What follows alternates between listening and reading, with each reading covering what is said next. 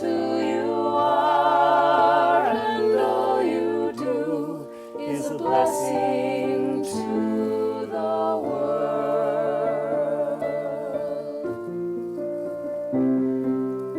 I am the heart, I am the hands, I am the voice of spirit on earth, and who I am and all I do is a blessing to the world.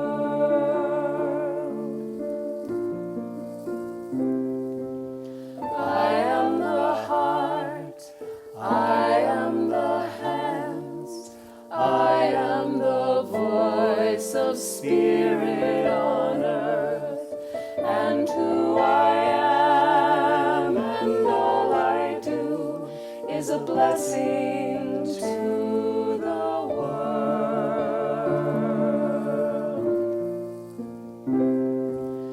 We are the heart, we are the hands, we are the voice of spirit on earth, and who we are and all we do is a blessing to the world.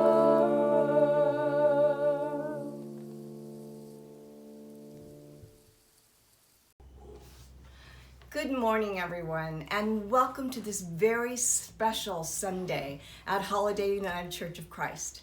It is Pride Sunday. Odd to have Pride Sunday in October, but due to COVID, it had to be postponed till now. And many of our members, our congregation, are out in a road rally celebrating our LGBTQ community and our family. I'm Shesh Tipton. And I am going to have you open with us as we always open, as we welcome everyone, whoever you are and wherever you are on life's journey. We welcome you here. And now, the ringing of the bell.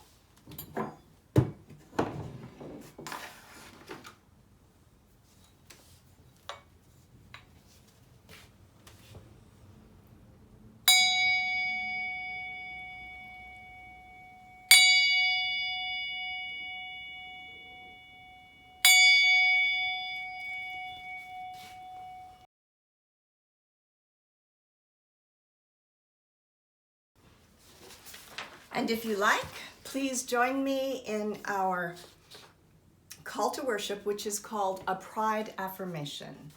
I got this text from the Reverend Don Uranu. I edited a little bit, but I need to credit him.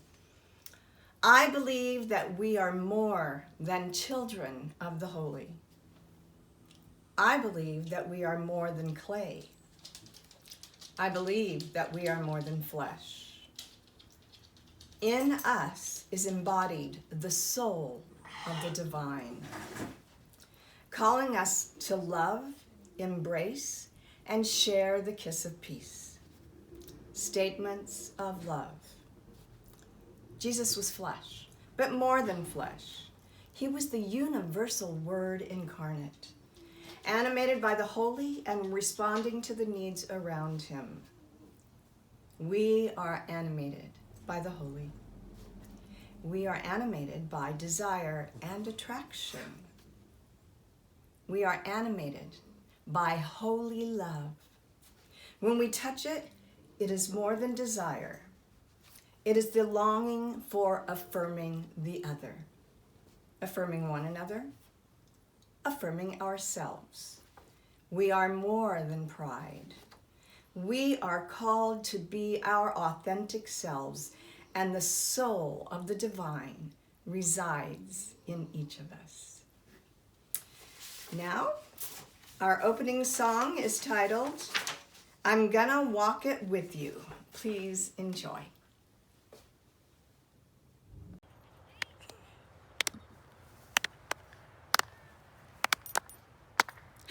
Well, it looks like it's gonna be a hard road.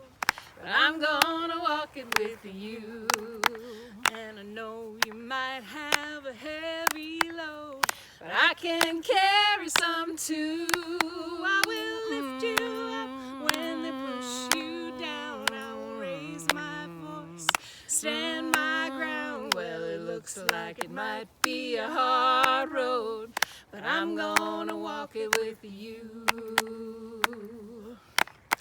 And it looks like it's gonna be a long night, but I ain't going nowhere. And I know it's gonna be a hard fight. I will stay right here. I will shine a light in the darkest hour. I will face the man in the tallest tower. Well, it looks like it's gonna be a long night, but I ain't going nowhere. I will work, I will fight, I will strive in the name of love. I will speak, I will shout, I will sing to the skies above. Well, it looks like it might be a perilous climb, but I will follow your lead. And I know it might be a long time until the last one of us is free. But I will hold on tight, stay by your side. I will be with you for this whole damn ride. Well, it looks like it might be a perilous climb. I will follow your lead. Well, it looks like it might be a hard road, but I'm gonna walk it with you. And I know you might have a heavy load, but I will carry some too. I will lift you up when they push you down. I will raise my voice, stand my ground. Well, it looks like it might be a hard road, but I'm gonna walk it with you, that's right. I'm gonna walk it with you. I'm gonna walk it with you. I will walk, I will climb, shine a light the whole night through. Because it looks like it might be a hard road, and I'm gonna walk it with you.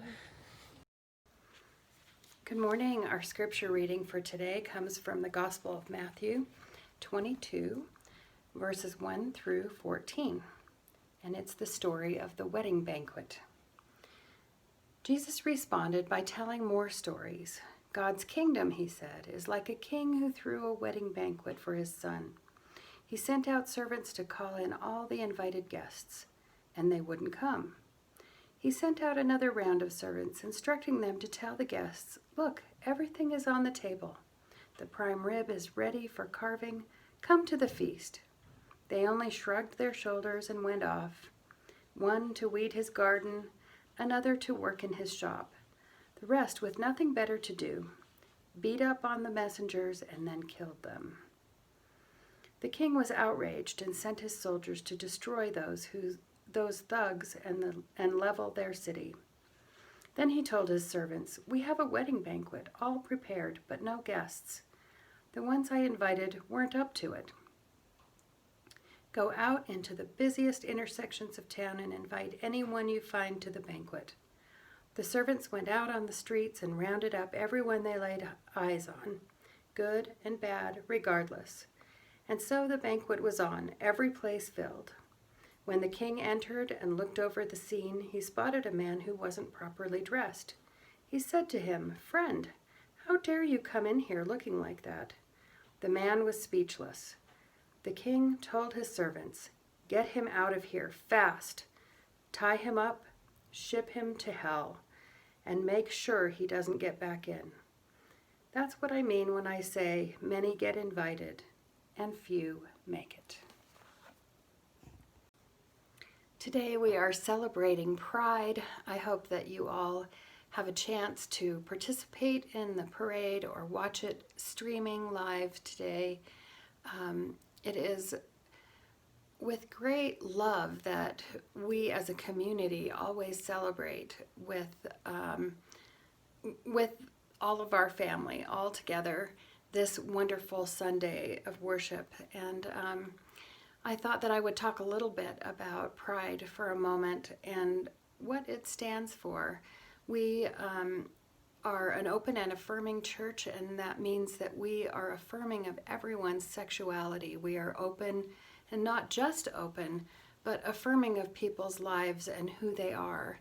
And I thought that I would take some of these cards on race that we've been looking at recently, and these are topic cards, and they are about different gender identities, and I'd like to just read them for you today because I think sometimes we get confused about the meaning of all of these words and letters. So the first one that I'd like to share with you is LGBTQIA. It's an abbreviation for lesbian, gay, bisexual, transgendered, and queer, intersex, and asexual. And I think that it's always important for us to understand that sexuality isn't sometimes just what you were born with. You may not just identify with the gender you were born with, but sometimes you do, and the word for that is called cisgender, denoting or relating to a person whose sense of personal identity and gender corresponds with their birth sex. Transgender, denoting or relating to a person whose sense of personal identity and gender does not correspond with their birth sex. And queer, this is the last one I'm going to read to you, denoting or relating to a sexual or gender identity that does not correspond or to established ideas of sexuality and gender, especially heterosexual norms. Historically, queer has been used as an epithet slur against people whose gender expression and or sexuality do not conform to dominant expectations. Some people have reclaimed the word queer as self-identify as such. For some, this reclamation is a celebration of not fitting into norms and / being abnormal. I think that as we as humans think about what it means to be human and what our identity is, we have lots of expectations of who we should be, and I know that as a parent, our children we had a son and daughters, and the toys that we got for them corresponded to what they wanted rather than their sexuality, rather than whether they were a boy or a girl, and dolls and trains and that sort of thing. I think allowing ourselves to really explore who we are, not just our gender, but all of our innermost workings, our spirituality, our intellectual being, all of that. We need to be open. We need to be ready to really know ourselves. And we are precious creations that are here on earth, and we all live together, and honoring each other in who we are at this moment on our journey, as we say every week, is part of our identity as a church in our acceptance of all of God's creation as it is created. And that means each person is honored and cared for in whatever way they feel that their life is going at the moment. So we honor all of us as we celebrate our gender realities for ourselves. We do this together because we are in this together. We appreciate everyone's color and their beauty for who they are. So I just wish for everyone and pray for everyone that this is a celebration of who we all are and how we interact with each other. So happy Pride Day to all of us. I wanted you all to have a moment to see this lovely sign. It is so sunshiny and beautiful. It says, "You are my sunshine." And it reminds me of my childhood when my older sister Elsa and I used to teach this song to our younger sister Lori. And it was such a fun little song to be teaching her, even if the words were a little strange. So she has always been Elsa's and my sunshine.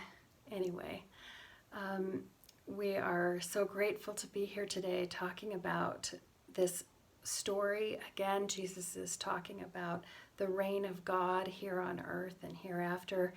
And this story about the king inviting the people that he knew to this banquet for his son. His son is getting married, and we know even today that weddings are a really big deal. Inviting people to your celebration is an honor for them and for you. And yet people said they wouldn't come. It doesn't really make sense, but I look at what's going on in our world right now, and it is a sign of the times.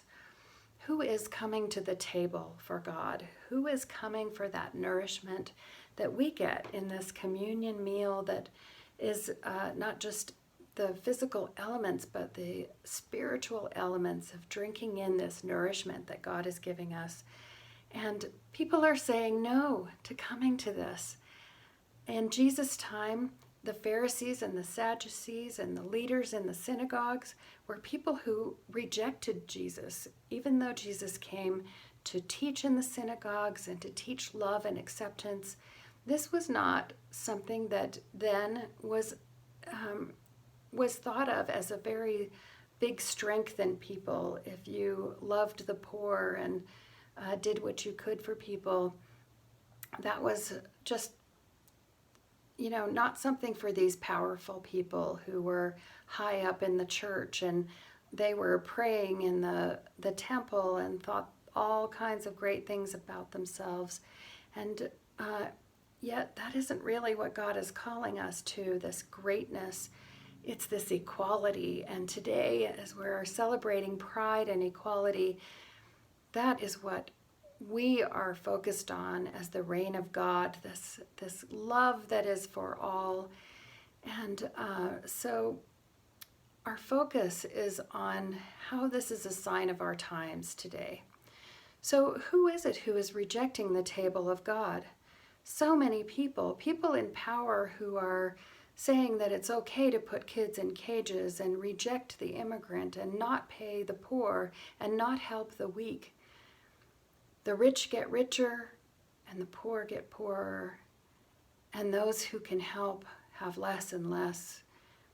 It is a sign of our times, sadly.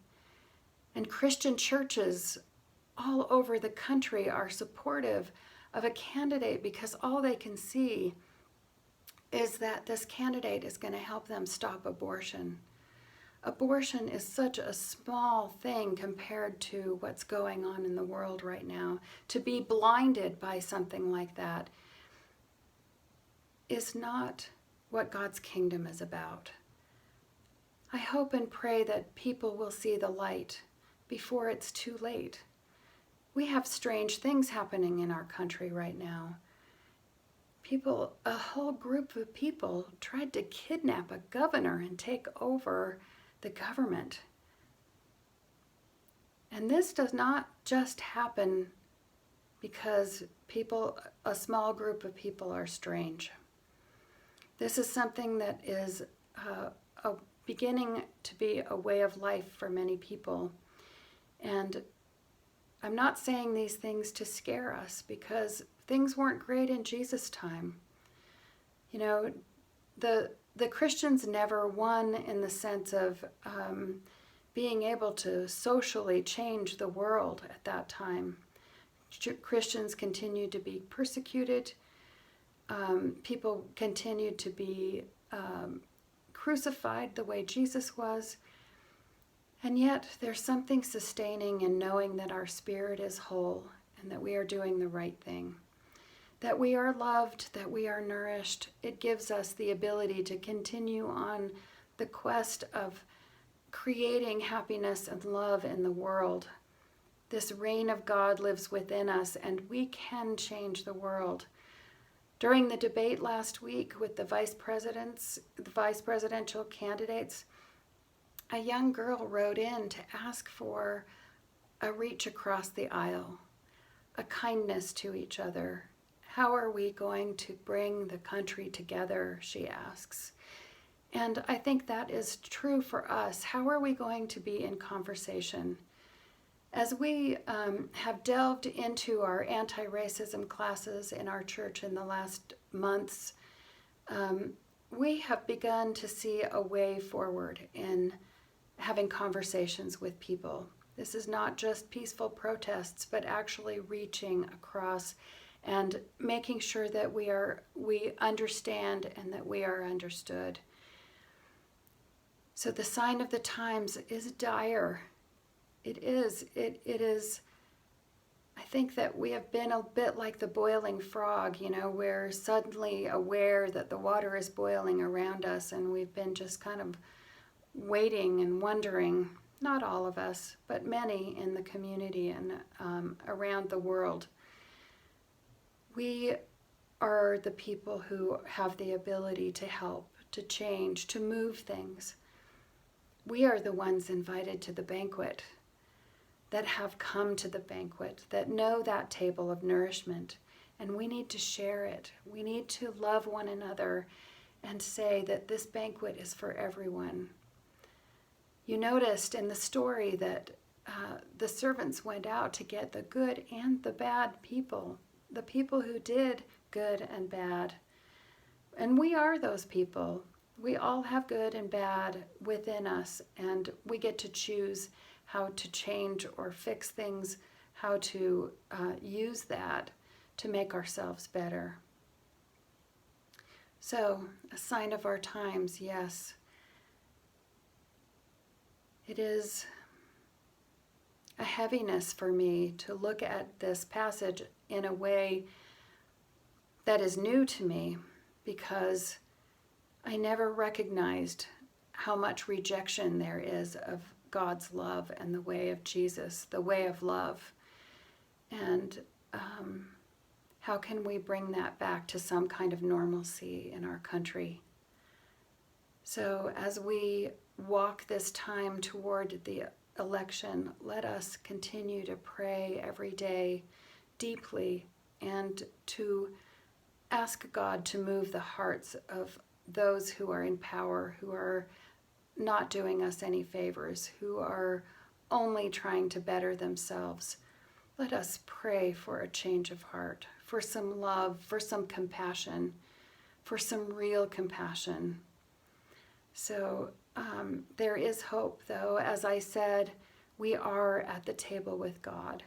And what better place is for nourishment and love is that we can always turn back to that table and know that we are precious, that we can be nourished spiritually and intellectually by reading and helping ourselves and critically thinking. So let us continually look back at that table for nourishment, for celebration, because ultimately the marriage of the Son is Jesus' way being married into our community. And if we can celebrate that and continue that and move it, then we can be fully happy and fully content within ourselves. So many blessings this week as we live through another week of this strange time, and as we continue to navigate in the best way that we can, always turning back to that table of nourishment and love that God gives us. Amen. I'm only human, and I'm a woman. Help me believe all I can be, all that I am. Show me the stairway that I have to climb. Lord, for my sake, help help me to take one step one day at a time. One day at a time, dear Jesus, that's all I'm asking of you. Just give me the strength to do every day what I have to do. Yesterday's gone, sweet Jesus, and tomorrow may never be mine. Lord, help me today to show me the way, one day at a time. Do you remember when you walked among men? Well, Jesus, you know, if you're looking below, it's worse now than then. Cheating and stealing, violence and crime. So for my sake, help me to take one day at a time. One day at a time, sweet Jesus, that's all I'm asking from you. Just give me the strength to live every day what I have to do. Yesterday's gone, sweet Jesus, and tomorrow may never be mine. Lord, help me today, show me the way, one day at a time. Lord, show me the way, show me the way, one day at a time.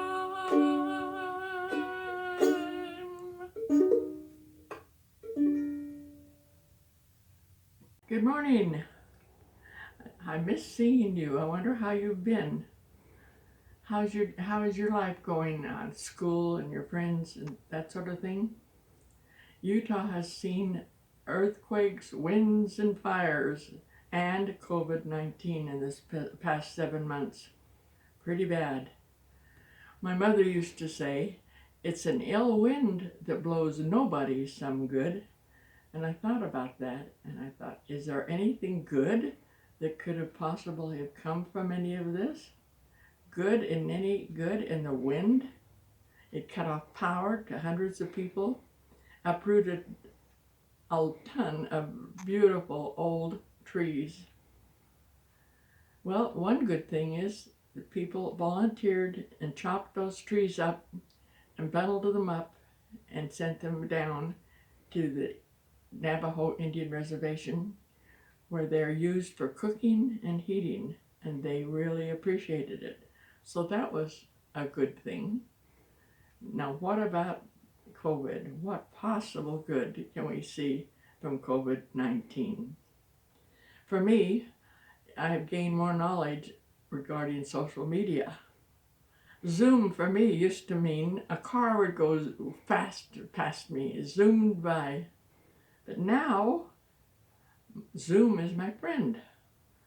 I can now talk to my acquaintances and friends and see their faces and their expressions. And that's really good. My yard is the other good thing.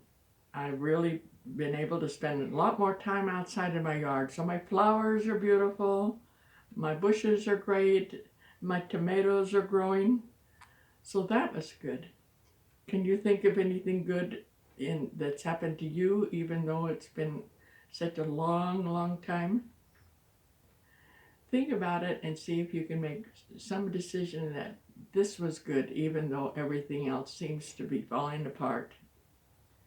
I look forward to seeing all of you very soon. Well, anyway, when we can, face to face. Blessings to all of you.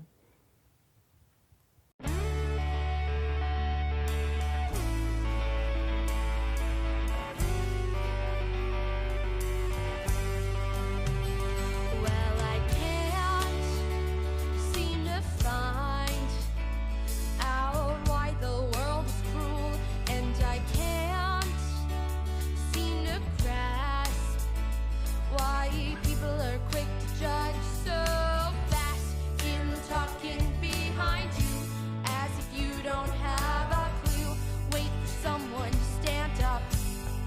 justice